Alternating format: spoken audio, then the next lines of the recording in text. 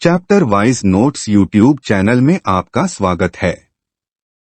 आज हम अध्याय सारांश, विस्तृत नोट्स और सबसे महत्वपूर्ण प्रश्न और उत्तर सीखेंगे।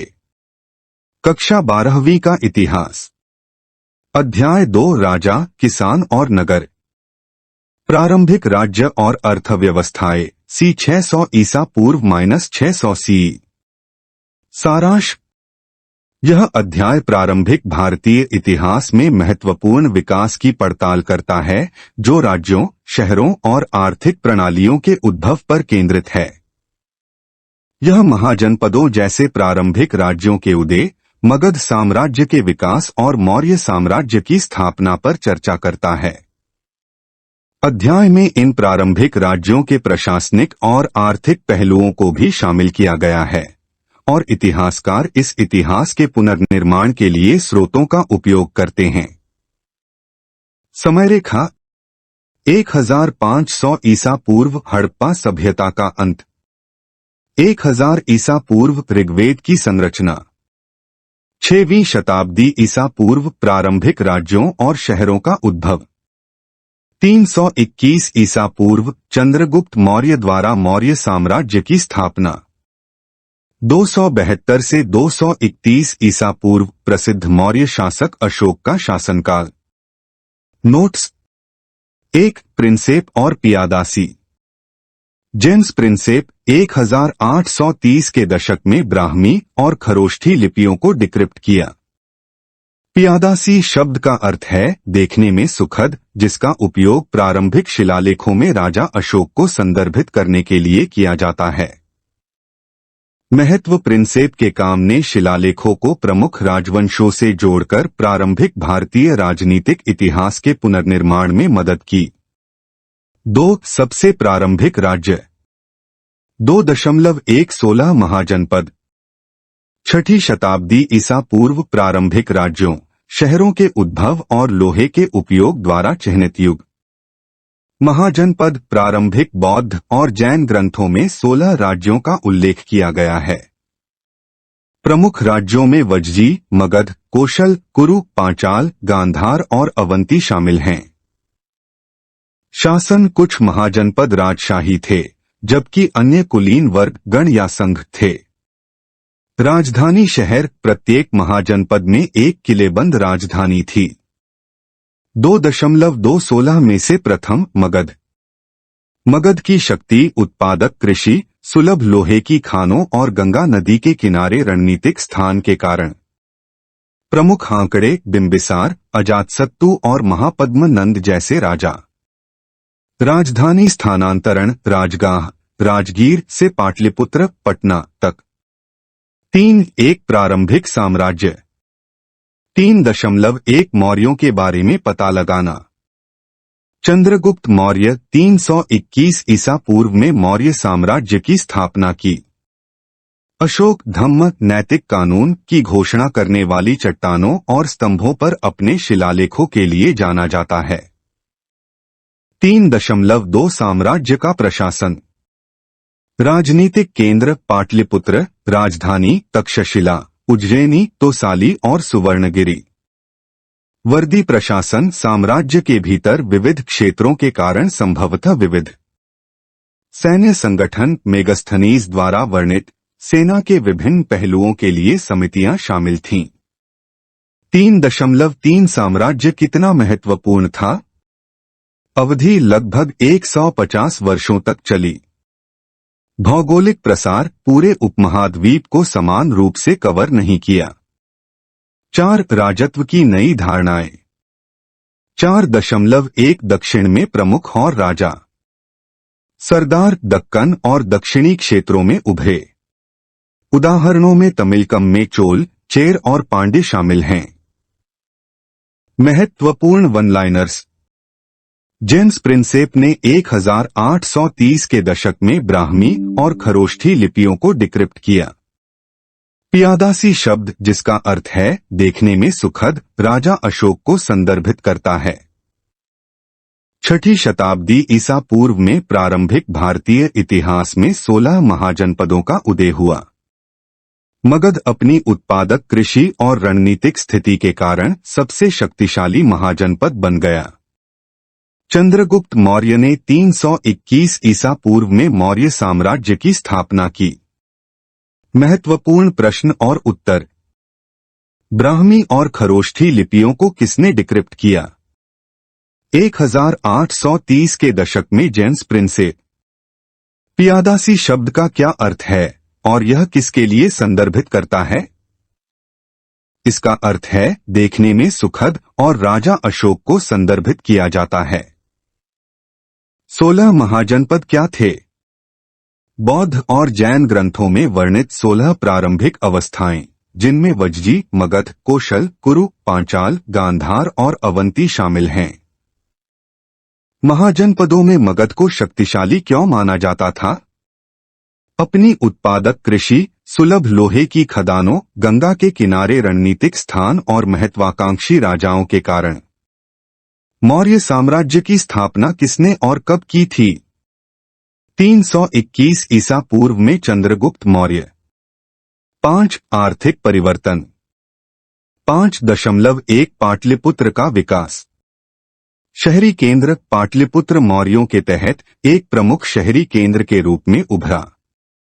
आर्थिक गतिविधियां, व्यापार, शिल्प और उद्योग फले फूले। गंगा की भूमिका। गंगा नदी ने व्यापार और संचार की सुविधा प्रदान की। 5.2 ग्रामीण अर्थव्यवस्था। कृषि ग्रामीण अर्थव्यवस्था की रीढ़। सिंचाई, कुओं, टैंकों और नहरों जैसी विभिन्न विधियों का उपयोग किया जाता था। ग्राम समुदाय आत्मनिर्भर इकाइयां, लेकिन व्यापार के माध्यम से शहरी केंद्रों से भी जुड़ी। 5.3 कर और श्रद्धांजलि। राजस्व संग्रह। कृषि, शिल्प और व्यापार पर कर राजस्व के प्राथमिक स्रोत थे। श्रद्धांजलि विजित क्षेत्रों और अधीनस्थ शासकों से एकत्रित। 6 शिल्प उत्पादन और व्यापार। 6.1 कारीगर और शिल्पकार। शिल्प मिट्टी के बर्तन, बुनाई, धातु का काम और मनका बनाना प्रमुख थे। गिल्ड श्रेणिस कारीगरों और व्यापारियों के संघ जो उत्पादन और व्यापार को विनियमित करते हैं। 6.2 व्यापार मार्ग। आंतरिक व्यापार। व्यापार मार्गों का नेटवर्क उपमहाद्वीप के विभिन्न हिस्सों को जोड़ता है। बाहरी व्यापार। मध्य एशिया, दक्षिण पूर्व एशिया और रोमन साम्राज्य जैसे क्षेत्रों के साथ लिंक। 6.3 सिक्के और मुद्रा। पंचचिह्नित सिक्के मुद्रा का सबसे पहला रूप चांदी और तांबे से बना होता है। सोने के सिक्के बाद में पेश किए गए, विशेष रूप से कुषाणों और गुप्तों के तहत। 7 शहरी केंद्र और समाज। 7.1 शहरी जीवन। शहर, प्रशासन, व्यापार और शिल्प उत्पादन के स्थान। 7 शहरी केंद्र और समाज। सामाजिक स्तरीकरण। शहरों में अलग अलग सामाजिक पदानुक्रम के साथ एक विविध आबादी थी। 7.2 आवास और शहरी नियोजन। मकान साधारण झोपड़ियों से लेकर भव्य आवासों तक भिन्न। शहरी नियोजन। पाटलिपुत्र जैसे शहरों में सुनियोजित सड़कें और जल निकासी व्यवस्था थी। महत्वपूर्ण वन लाइनर्स। पाटलिपुत्र मौर्यों के अधीन एक प्रमुख शहरी केंद्र के रूप में उभरा। कृषि ग्रामीण अर्थव्यवस्था की रीढ़ थी। गिल्ड श्रेणिस कारीगरों और व्यापारियों के संघ थे जो उत्पादन और व्यापार को नियंत्रित करते थे। पंचचिह्नित सिक्के प्राचीन भारत में मुद्रा का सबसे प्रारंभिक रूप थे। शहरों में अलग अलग सामाजिक पदानुक्रम के साथ एक विविध आबादी थी। महत्वपूर्ण प्रश्न और उत्तर। मौर्य साम्राज्य में पाटलिपुत्र की क्या भूमिका थी? यह प्रशासन, व्यापार और शिल्प उत्पादन के लिए एक प्रमुख शहरी केंद्र था। मौर्य साम्राज्य में राजस्व के प्राथमिक स्रोत क्या थे? कृषि, शिल्प और व्यापार पर कर, विजित क्षेत्रों से श्रद्धांजलि के साथ। गिल्ड श्रेणिस क्या थे? शिल्पकारों और व्यापारियों का संघ जो उत्पादन और व्यापार को विनियमित करता है। प्राचीन भारत में मुद्रा के प्रारंभिक रूप कौन कौन से थे? चांदी और तांबे से बने पंचचिह्नित सिक्के। प्राचीन भारत में ग्रामीण अर्थव्यवस्था की रीढ़ क्या थी? कृषि। 8 निष्कर्ष। 600 ईसा पूर्व से 600 सी की अवधि प्रारंभिक भारतीय इतिहास के राजनीतिक, आर्थिक और सामाजिक क्षेत्रों में महत्वपूर्ण विकास द्वारा चिह्नित की गई थी। राज्यों का उदय, शहरी केंद्रों का विकास और व्यापार और शिल्प में प्रगति प्रमुख विशेषताएं थीं। इन परिवर्तनों ने भारतीय उपमहाद्वीप में बाद के ऐतिहासिक घटनाक्रमों की नींव रखी। 9 प्रारंभिक भारतीय इतिहास के पुनर्निर्माण के स्रोत। 9.1 पंजीकरण। अशोक शिलालेख भारत में सबसे पुराने शिलालेख 3री शताब्दी ईसा पूर्व के हैं। प्राकृत ग्रीक और अरामी भाषा में लिखा गया है। महत्व। ये शिलालेख अशोक की नीतियों, प्रशासन और बौद्ध धर्म के प्रसार में अंतर्दृष्टि प्रदान करते हैं। शिलालेखों के प्रकार। रॉक एडिक्ट्स प्राकृतिक चट्टान सतहों पर खुदा हुआ। स्तंभ शिलालेख पत्थर के खंभों पर खुदा हुआ। 9.2 साहित्यिक स्रोत। बौद्ध ग्रंथ जातक और अन्य बौद्ध साहित्य सामाजिक और आर्थिक स्थितियों के बारे में जानकारी प्रदान करते हैं। जैन ग्रंथ बौद्ध ग्रंथों के समान ये प्रारंभिक भारतीय समाज में अंतर्दृष्टि प्रदान करते हैं। संस्कृत ग्रंथ कौटिल्य, चाणक्य द्वारा अर्थशास्त्र जैसे कार्य प्रशासन और शासन के विस्तृत विवरण प्रस्तुत करते हैं। 9.3 पुरातात्विक साक्ष्य। खुदाई पाटलिपुत्र, उज्जैन और तक्षशिला जैसी साइटों से शहरी नियोजन, व्यापार और शिल्प उत्पादन का पता चलता है। कलाकृतियां। इन साइटों पर पाए जाने वाले मिट्टी के बर्तन, सिक्के और उपकरण दैनिक जीवन और आर्थिक गतिविधियों के बारे में जानकारी प्रदान करते हैं। 10 कृषि में परिवर्तन। 10.1 लोहे का उपयोग। लोहे के औजार, हल और दरांती जैसे लोहे के औजारों की शुरुआत ने कृषि उत्पादकता में सुधार किया। प्रभाव। कठिन मिट्टी की खेती और विस्तारित कृषि गतिविधियों के लिए अनुमति दी गई। 10.2 सिंचाई तकनीक। कृषि का समर्थन करने के लिए कुएं, टैंक और नहरें विकसित की गईं। प्रभाव। कृषि उत्पादन में वृद्धि और बड़ी आबादी का समर्थन किया। 11 शहर और कस्बे। 11.1 शहरी नियोजन। लेआउट। पाटलिपुत्र जैसे शहरों में सड़कों, जल निकासी प्रणालियों और सार्वजनिक भवनों के साथ एक नियोजित लेआउट था। आवास। साधारण आवासों से लेकर अमीरों के लिए विस्तृत घरों तक भिन्न। 11.2 व्यापार और वाणिज्य। आंतरिक व्यापार। शहरों के भीतर बाजार जहां माल का व्यापार किया जाता था। लंबी दूरी का व्यापार। व्यापार मार्गों ने भारत को मध्य एशिया, दक्षिण पूर्व एशिया और रोमन साम्राज्य से जोड़ा। माल का व्यापार। मसाले, वस्त्र, कीमती पत्थर और धातु। 12 राजनीतिक और प्रशासनिक संरचनाएं। 12.1 मौर्य प्रशासन। केंद्रीकृत नियंत्रण। मौर्य साम्राज्य में एक उच्च केंद्रीकृत प्रशासन था। अधिकारी समाहर्ता, मुख्य कलेक्टर और अध्यक्ष अधीक्षक जैसे विभिन्न अधिकारी शासन के विभिन्न पहलुओं के लिए जिम्मेदार थे। 12.2 राजा की भूमिका।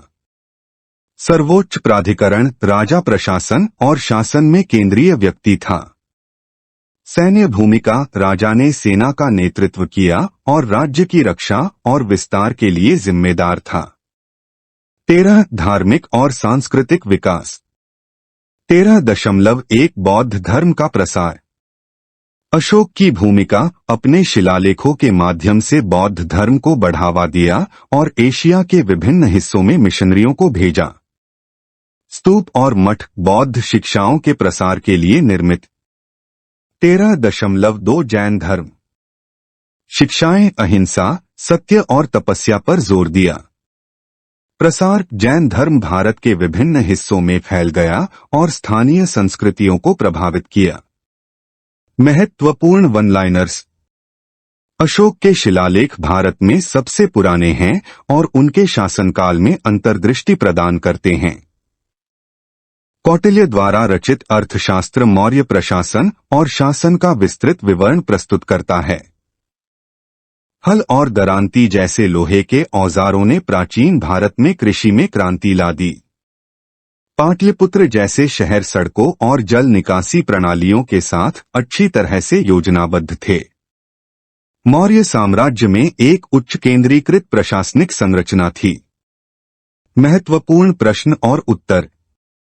अशोक के शिलालेख क्या हैं और वे महत्वपूर्ण क्यों हैं? वे भारत में सबसे शुरुआती शिलालेख हैं जो अशोक की नीतियों, प्रशासन और बौद्ध धर्म के प्रसार में अंतर्दृष्टि प्रदान करते हैं। कौटिल्य का अर्थशास्त्र क्या वर्णन करता है? यह मौर्य साम्राज्य के दौरान प्रशासन और शासन का विस्तृत विवरण प्रस्तुत करता है। प्राचीन भारत में लौह उपकरणों का कृषि पर क्या प्रभाव पड़ता था? उन्होंने कठिन मिट्टी की खेती और कृषि गतिविधियों का विस्तार करके उत्पादकता में सुधार किया। पाटलिपुत्र जैसे नगरों के नियोजन का वर्णन कीजिए। इन शहरों में सड़कों, जल निकासी प्रणालियों और सार्वजनिक भवनों के साथ एक नियोजित लेआउट था। मौर्य प्रशासन में राजा की क्या भूमिका थी? राजा सर्वोच्च प्राधिकारी था जो प्रशासन, शासन और सैन्य नेतृत्व के लिए जिम्मेदार था। बहुविकल्पीय प्रश्न MCQs। ब्राह्मी और खरोष्ठी लिपियों को किसने डिक्रिप्ट किया? A. Max Muller, B. James Prinsep, C. H. Wilson, D. John Marshall. Answer B। Piyadasi शब्द किस मौर्य शासक को संदर्भित करता है? A. Chandragupta Maurya, B. Bindusara, C. D। Answer C। निम्नलिखित में से कौन महाजनपद था? A. B, C. D। Answer C। Maurya साम्राज्य की स्थापना किस वर्ष में हुई थी? A. 321 ईसा पूर्व, B. 500 ईसा पूर्व, C. 185 ईसा पूर्व, D. 273 ईसा पूर्व। उत्तर A. 321 ईसा पूर्व। कौटिल्य चाणक्य को किस ग्रंथ का श्रेय दिया जाता है? A. B, C. D। Uttar B। अर्थशास्त्र। पंचमार्क वाले सिक्के मुख्य रूप से किस धातु से बने होते थे? A. सोना और चांदी, B. चांदी और तांबा, C. कांस्य और लोहा, D. टिन और सीसा। उत्तर B। चांदी और तांबा। प्रारंभिक राज्यों के दौरान पेश किया गया मुख्य कृषि उपकरण क्या था? A. लोहे की जुताई, B. लकड़ी का तरीका, C. कांस्य दरांती, D. पत्थर की कुल्हाड़ी। उत्तर A। लोहे की हल। मगध साम्राज्य की राजधानी कौन सा शहर था? अक Rajgah, Rajgir, B. Pataliputra, Patna, C. D। Answer B। प्राचीन भारत में श्रेणियों क्या थे? A. मंदिर, B. शिल्पकारों और व्यापारियों के गिल्ड, C. किले, D. धार्मिक संप्रदाय। उत्तर B। शिल्पकारों और व्यापारियों के गिल्ड। मौर्य साम्राज्य का सबसे प्रसिद्ध शासक कौन था जो अपने शिलालेखों के लिए जाना जाता था? A. Chandragupta Maurya, B. Bindusara, C. D। Answer C। लघु उत्तरीय प्रश्न। जेम्स प्रिंसेप कौन थे और भारतीय इतिहास में उनका क्या योगदान था? जेम्स प्रिंसेप एक ब्रिटिश विद्वान थे जिन्होंने 1830 के दशक में ब्राह्मी और खरोष्ठी लिपियों को डिक्रिप्ट किया था, जो प्रारंभिक भारतीय इतिहास के पुनर्निर्माण के लिए महत्वपूर्ण था। पियादासी शब्द का क्या अर्थ है और इसका श्रेय किसे दिया गया था? पियादासी शब्द का अर्थ है देखने में सुखद और इसका उपयोग शुरुआती शिलालेखों में राजा अशोक को संदर्भित करने के लिए किया जाता था। प्रारंभिक बौद्ध और जैन ग्रंथों में वर्णित दो महत्वपूर्ण महाजनपदों के नाम लिखिए। मगध और वज्जी प्रारंभिक बौद्ध और जैन ग्रंथों में वर्णित दो महत्वपूर्ण महाजनपद हैं। प्राचीन भारत में पाटलिपुत्र का क्या महत्व था? पाटलिपुत्र मौर्य साम्राज्य के तहत एक प्रमुख शहरी केंद्र था, जो राजधानी और व्यापार और प्रशासन के केंद्र के रूप में कार्य करता था। प्राचीन भारत की कृषि अर्थव्यवस्था में लोहे के औजारों की क्या भूमिका थी? हल और दरांती जैसे लोहे के औजारों ने कठिन मिट्टी की खेती की अनुमति देकर और बड़ी आबादी का समर्थन करके कृषि उत्पादकता में सुधार किया। अर्थशास्त्र किसने लिखा और इसका क्या महत्व है? अर्थशास्त्र कौटिल्य, चाणक्य द्वारा लिखा गया था और यह मौर्य साम्राज्य के दौरान प्रशासन और शासन का विस्तृत विवरण प्रस्तुत करता है। पंचमार्क वाले सिक्के क्या थे और वे किन धातुओं से बने थे? पंचचिह्नित सिक्के प्राचीन भारत में मुद्रा का सबसे प्रारंभिक रूप थे, जो मुख्य रूप से चांदी और तांबे से बने थे। श्रेणियों क्या थे और प्राचीन भारतीय अर्थव्यवस्था में उनकी क्या भूमिका थी? श्रेणिस शिल्पकारों और व्यापारियों के संघ थे, जो उत्पादन और व्यापार को नियंत्रित करते थे, प्राचीन भारत की आर्थिक संरचना में योगदान करते थे। अशोक ने बौद्ध धर्म को कैसे बढ़ावा दिया? अशोक ने अपने शिलालेखों के माध्यम से बौद्ध धर्म को बढ़ावा दिया, एशिया के विभिन्न हिस्सों में मिशनरियों को भेजा और स्तूपों और मठों का निर्माण किया। प्राचीन भारत में ग्रामीण अर्थव्यवस्था की रीढ़ क्या थी? प्राचीन भारत में कृषि ग्रामीण अर्थव्यवस्था की रीढ़ थी। दीर्घ उत्तरीय प्रश्न। प्रारंभिक भारतीय इतिहास के पुनर्निर्माण में अशोक के शिलालेखों के महत्व का वर्णन कीजिए। अशोक के शिलालेख भारत के सबसे शुरुआती अभिलेखों में से हैं, जो अशोक की नीतियों, प्रशासन और बौद्ध धर्म के प्रसार में मूल्यवान अंतर्दृष्टि प्रदान करते हैं। प्राकृत, ग्रीक और अरामी भाषा में लिखे गए ये शिलालेख प्राचीन भारत के सामाजिक, राजनीतिक और धार्मिक परिदृश्य को समझने के लिए महत्वपूर्ण थे। चट्टान और स्तंभ शिलालेख अशोक के धम्म, नैतिक कानून और उनकी प्रशासनिक रणनीतियों के प्रचार के प्रयासों को प्रकट करते हैं, इस प्रकार मौर्य साम्राज्य का व्यापक दृष्टिकोण प्रस्तुत करते हैं। भारत में प्रारंभिक राज्यों के उद्भव में मगध की भूमिका को स्पष्ट कीजिए। मगध ने गंगा नदी के किनारे अपनी रणनीतिक स्थिति, उत्पादक कृषि और सुलभ लोहे की खानों के कारण प्रारंभिक राज्यों के उद्भव में केंद्रीय भूमिका निभाई। बिंबिसार, अजातशत्रु और महापद्म नंद जैसे प्रमुख शासकों ने अपने क्षेत्र और प्रभाव का विस्तार किया। राजगृह, राजगीर से पाटलिपुत्र, पटना तक राजधानी के स्थानांतरण ने इसकी प्रशासनिक और सैन्य क्षमताओं को और मजबूत किया, जिससे मगध 16 महाजनपदों में एक प्रमुख शक्ति बन गया। मौर्य साम्राज्य के दौरान हुए आर्थिक परिवर्तनों की विवेचना कीजिए। मौर्य साम्राज्य ने महत्वपूर्ण आर्थिक परिवर्तन देखे, जिसमें पाटलिपुत्र जैसे शहरी केंद्रों की वृद्धि, लोहे के औजारों के उपयोग के साथ कृषि में प्रगति और सिंचाई तकनीकों का विकास शामिल है। प्रशासन ने कुशलतापूर्वक कृषि, शिल्प और व्यापार पर कर एकत्र किया, जबकि विजित क्षेत्रों से श्रद्धांजलि ने साम्राज्य के धन को बढ़ाया। व्यापार आंतरिक और बाहरी दोनों तरह से फला फूला। व्यापार मार्गों के एक नेटवर्क और पंचचिह्नित सिक्कों के उपयोग से सुविधा हुई। अर्थशास्त्र में वर्णित मौर्य साम्राज्य की प्रशासनिक संरचना का विश्लेषण कीजिए। कौटिल्य द्वारा अर्थशास्त्र मौर्य साम्राज्य के लिए एक उच्च केंद्रीकृत प्रशासनिक संरचना की रूपरेखा तैयार करता है। राजा सर्वोच्च प्राधिकारी था, जिसे मंत्रियों की एक परिषद द्वारा सहायता प्रदान की जाती थी। समाहर्ता, मुख्य कलेक्टर और अध्यक्ष, अधीक्षक जैसे विभिन्न अधिकारियों ने वित्त, व्यापार और रक्षा सहित शासन के विभिन्न पहलुओं का प्रबंधन किया। साम्राज्य को प्रांतों में विभाजित किया गया था, प्रत्येक की देखरेख एक राज्यपाल करता था। इस केंद्रीकृत प्रशासन ने विशाल क्षेत्र पर कुशल शासन और नियंत्रण सुनिश्चित किया। प्राचीन भारत में नगरीय केंद्रों पर व्यापार एवं वाणिज्य के प्रभाव का मूल्यांकन कीजिए। व्यापार और वाणिज्य ने प्राचीन भारत में शहरी केंद्रों को महत्वपूर्ण रूप से प्रभावित किया, जिससे उनकी वृद्धि और समृद्धि हुई। पाटलिपुत्र, उज्जैन और तक्षशिला जैसे शहर व्यापार और शिल्प उत्पादन के केंद्र बन गए। आंतरिक व्यापार विभिन्न क्षेत्रों से जुड़ा हुआ था, जबकि लंबी दूरी का व्यापार भारत को मध्य एशिया, दक्षिण पूर्व एशिया और रोमन साम्राज्य से जोड़ता था। मसालों, वस्त्रों, कीमती पत्थरों और धातुओं जैसे सामानों का व्यापार किया गया, जो आर्थिक विकास और सांस्कृतिक आदान प्रदान में योगदान करते थे। गिल्डों, श्रेणियों की उपस्थिति ने व्यापार गतिविधियों को और अधिक विनियमित और बढ़ाया।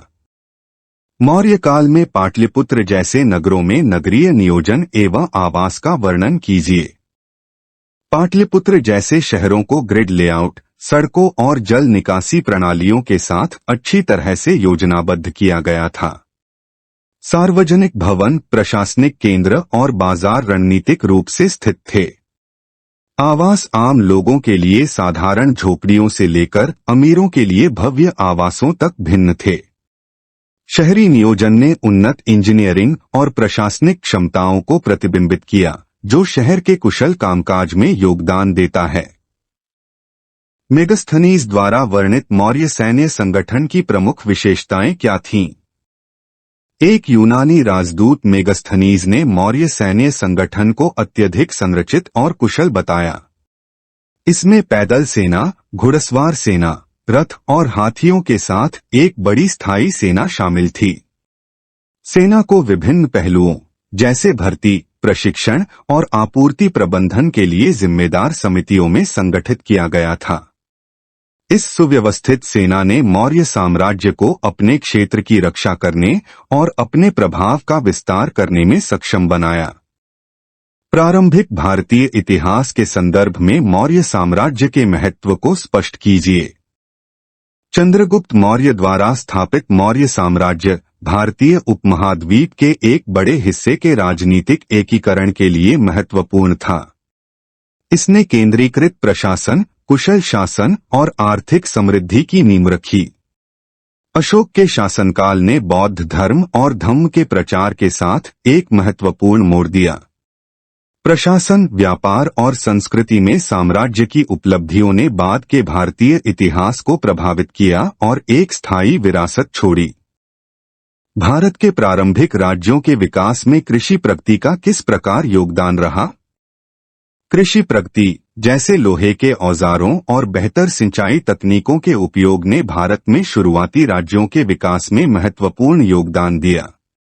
इन प्रगतियों ने कृषि उत्पादकता में वृद्धि की, बड़ी आबादी का समर्थन किया और अधिशेष उत्पादन को सक्षम किया। अधिशेष ने व्यापार और धन के संचय की सुविधा प्रदान की, जिसने बदले में शहरी केंद्रों और जटिल प्रशासनिक संरचनाओं के विकास का समर्थन किया। प्राचीन भारत के सामाजिक और राजनीतिक परिदृश्य को आकार देने में धर्म की भूमिका पर चर्चा करें। धर्म ने प्राचीन भारत के सामाजिक और राजनीतिक परिदृश्य को आकार देने में महत्वपूर्ण भूमिका निभाई।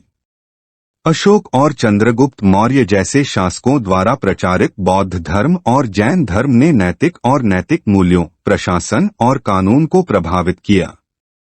स्तूपों, मठों के निर्माण और धार्मिक शिक्षाओं के प्रसार ने सांस्कृतिक आदान प्रदान और सामंजस्य को बढ़ावा दिया। धार्मिक संस्थान भी सीखने और आर्थिक गतिविधियों के केंद्र बन गए, जो सामाजिक मानदंडों और राजनीतिक नीतियों दोनों को प्रभावित करते हैं। मौर्य साम्राज्य ने इतने विशाल क्षेत्र पर नियंत्रण बनाए रखने का प्रबंधन कैसे किया? मौर्य साम्राज्य ने एक उच्च केंद्रीकृत और कुशल प्रशासनिक प्रणाली के माध्यम से अपने विशाल क्षेत्र पर नियंत्रण बनाए रखा। साम्राज्य को प्रांतों में विभाजित किया गया था। प्रत्येक एक स्थानीय गवर्नर द्वारा शासित था, जो सीधे सम्राट को रिपोर्ट करता था। अर्थशास्त्र में विस्तृत एक जटिल नौकरशाही का उपयोग कुशल कर संग्रह, कानून प्रवर्तन और संसाधन प्रबंधन के लिए अनुमति देता है। इसके अतिरिक्त एक बड़ी स्थायी सेना की स्थापना ने साम्राज्य की सुरक्षा सुनिश्चित की और विद्रोहों के दमन की सुविधा प्रदान की।